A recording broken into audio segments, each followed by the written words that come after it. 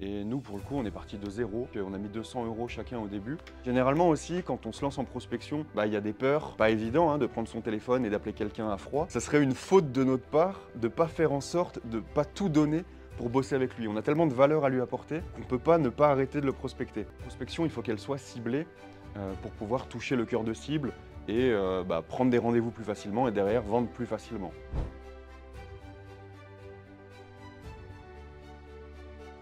Pour commencer, je vais me présenter et je pense que ça peut être intéressant pour vous d'avoir aussi une présentation de l'entreprise que j'ai créée avec mon associé il y a 2 ans. Et nous, pour le coup, on est parti de zéro. On a mis 200 € chacun au début et aujourd'hui, on a 3 alternants, on a 2 assistantes, on a une jolie boîte à notre échelle. Et voilà, je voulais vous partager les erreurs qu'on a pu faire en prospection et ce qu'il faut faire, en tout cas ce qui nous a aidés et qui peut vous inspirer pour faire croître votre entreprise. Moi, c'est Sylvain, 27 ans, 28 maintenant, effectivement, 28 ans. En gros, j'ai un parcours dans le commerce à la base, mais je me suis rendu compte que j'étais plus un technicien marketing, outils. Et du coup, je me suis plus orienté vers ça et je me suis associé avec un binôme qui est, lui, un pur commercial. Vraiment, c'est le cliché du commercial, ultra extraverti, il va parler à tout le monde. Et au début, du coup, on n'avait pas beaucoup d'argent. On s'est dit, prospection, on vend de la prospection. D'ailleurs, je ne l'ai pas précisé, mais du coup, on a décidé de monter une agence de prospection. C'est pour ça que je suis là aujourd'hui à vous enseigner ce qu'on fait pour nos clients et ce qu'on a fait pour nous. Donc du coup, à la base des bases, on s'est dit, on va créer des bases de données, donc c'est des simples fichiers Excel avec des bonnes données pour permettre aux entrepreneurs et aux entreprises de contacter leurs clients idéaux et de trouver leurs clients.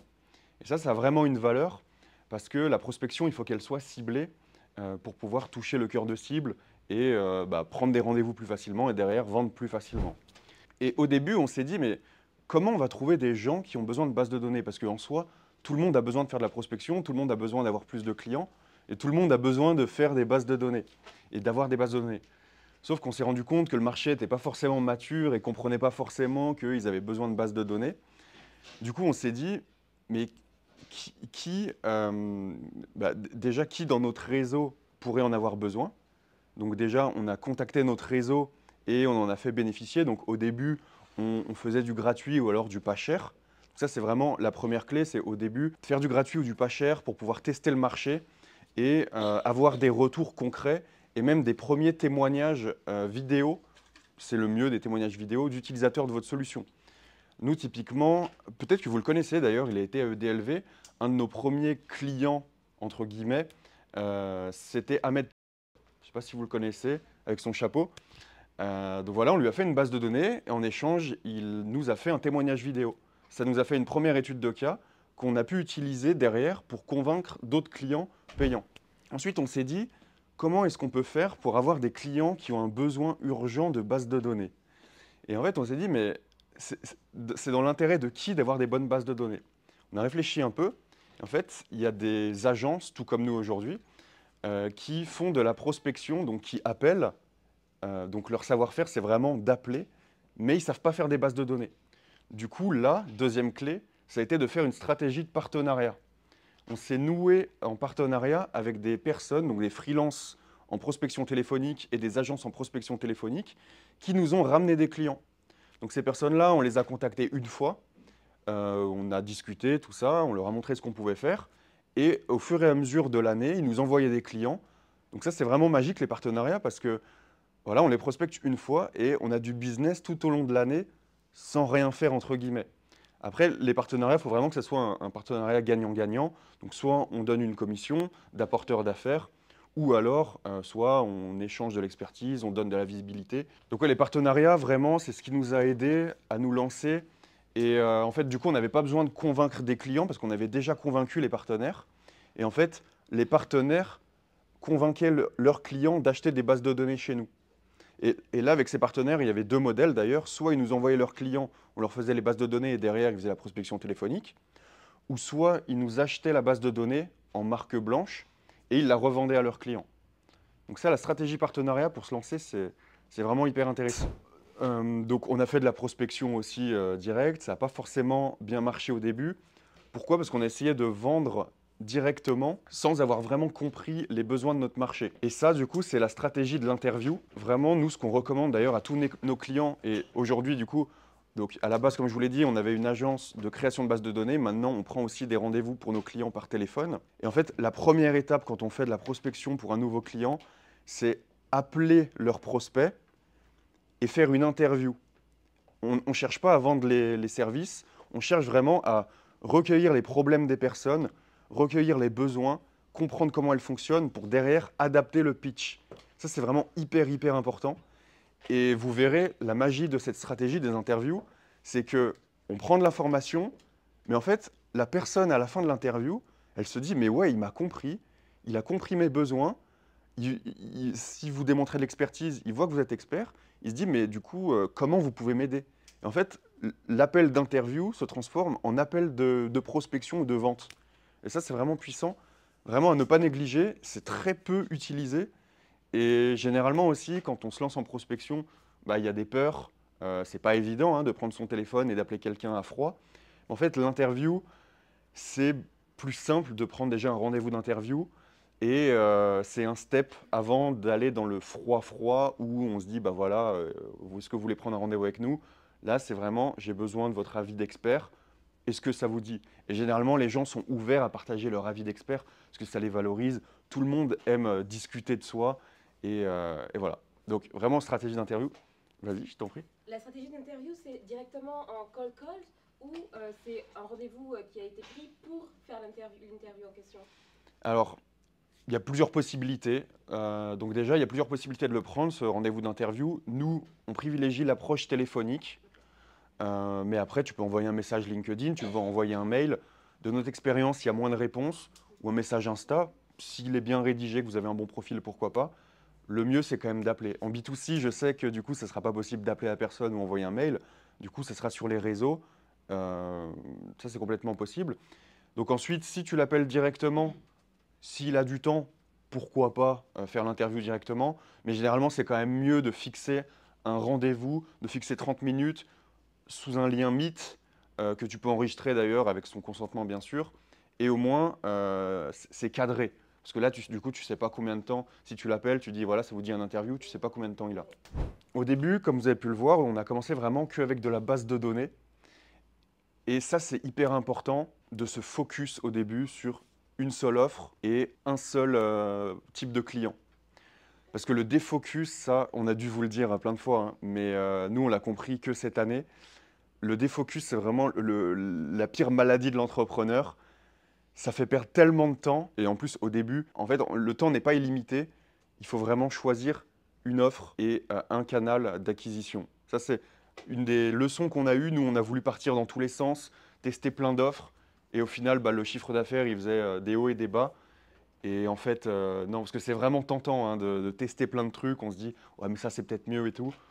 Mais non, je pense que le mieux, c'est de tester vraiment une idée pendant 6 mois. Ok, ça marche, on continue. Ça marche pas, ok, on change. Mais tester une idée pendant un mois, c'est pas le plus pertinent. Quelques erreurs qu'on a pu faire. Parler à tout le monde, c'est parler à n'importe qui. Comme je vous disais, il faut vraiment cibler. Une des erreurs aussi, c'est ne pas commencer à prospecter tôt. On a vu trop de personnes qui sont venues nous voir et en fait, elles avaient fait un produit, elles avaient affiné leur produit pendant un an, depuis un an, mais elles n'avaient jamais rencontré leur marché. Elles avaient bâti leur produit sur des hypothèses et en fait, elles avaient construit le mauvais produit pour la mauvaise personne.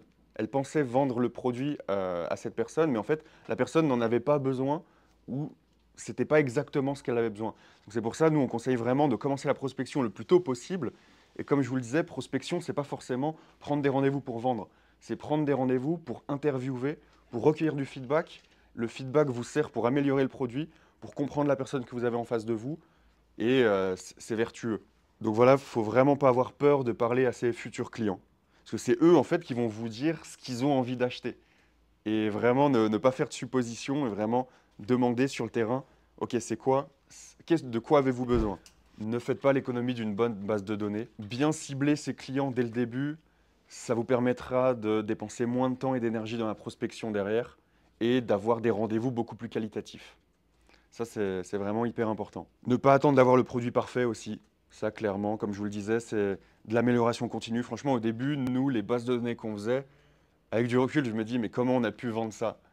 Parce que c'était beaucoup moins qualitatif qu'aujourd'hui, forcément. Mais les personnes voyaient quand même de la valeur. Ça avait quand même de la valeur, mais on n'a pas attendu pour prospecter. Et en fait, du coup, c'était pas cher. Enfin, ça valait la valeur que ça avait à l'époque.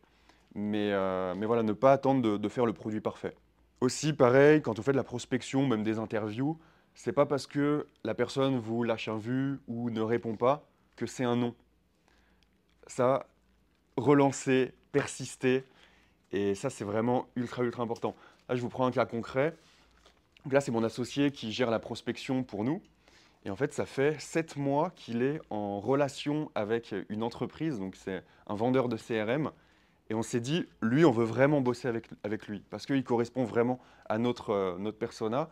Et même, on s'est dit, ça serait une faute de notre part de ne pas faire en sorte de ne pas tout donner pour bosser avec lui. On a tellement de valeur à lui apporter qu'on ne peut pas ne pas arrêter de le prospecter.